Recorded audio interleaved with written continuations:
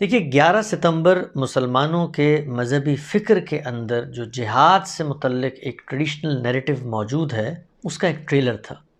جو لوگ مسلم تہذیبی روایت اور مسلمانوں کے دینی فکر کی علمی تاریخ سے واقف ہیں، وہ یہ بات بخوبی جانتے ہیں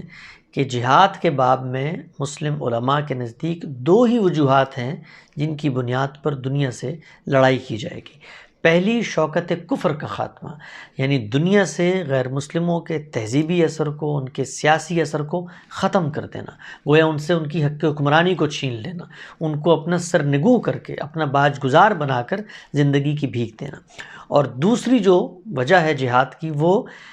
غلبہ اسلام، اعلاء کلمت اللہ اور خدا کی ریاست کا قیام ہے۔ یعنی خدا سے متعلق جو جرائم ہیں، چاہے وہ کفر ہو، شرک ہو، ارتداد ہو، ان کے سدباب اور ان کے خلاف اقدام کیا جائے گا۔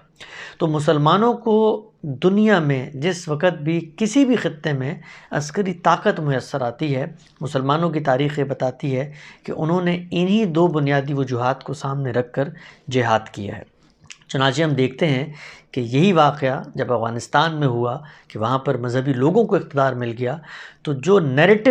مسلمانوں کی مذہبی فکر کے اندر موجود تھا، اسی نیریٹو کو سامنے رکھ کر انہوں نے مغربی دنیا کے خلاف لڑائی کا آغاز کیا۔ چنانچہ آپ اگر اسامہ بن لادن کے اس فتوے کا مطالعہ کریں جس وقت انہوں نے امریکہ کے خلاف اقدام کا اعلان کیا ہے، تو اس کے سر عنوان وہی مذہبی فکر کے اندر جو استدلالات پیش کیے جاتے ہیں وہی وہاں پر موجود ہیں۔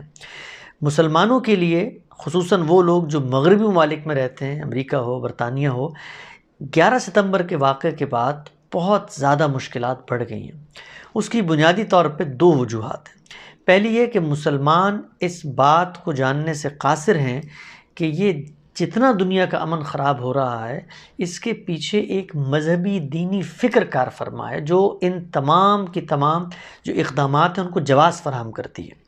مسلمان بحیثیت قوم جب اپنے مذہبی علماء سے استفسار کرتے ہیں تو علماء ان کو یہ نیریٹو نہیں بتاتے، بلکہ علماء انہیں یہ کہتے ہیں کہ یہ وقت بقائے دین کا ہے، غلبہ دین کا نہیں ہے، لہٰذا یہ جو اصل نیریٹو ہے جہاد کے پیچھے، یہ سامنے نہیں آ پاتا۔ لیکن تاریخ کا جو دور چل رہا ہے، اس کے اندر لوگوں کی علم اور معلومات تک اس قدر رسائی ہو چکی ہے کہ مغربی دنیا ان وجوہات سے بخوبی واقف ہو چکی ہے۔ چنانچہ مسلمان جس وقت ان اقدامات کے جواب میں ایک اپولوجیٹک رویہ اختیار کرتے ہوئے اپنے آپ کو پیسفل نیشن قرار دیتے ہیں، تو دنیا اب ان پر بھروسہ کرنے کے لیے تیار نہیں ہے۔ لہٰذا مجھے یہ لگتا ہے کہ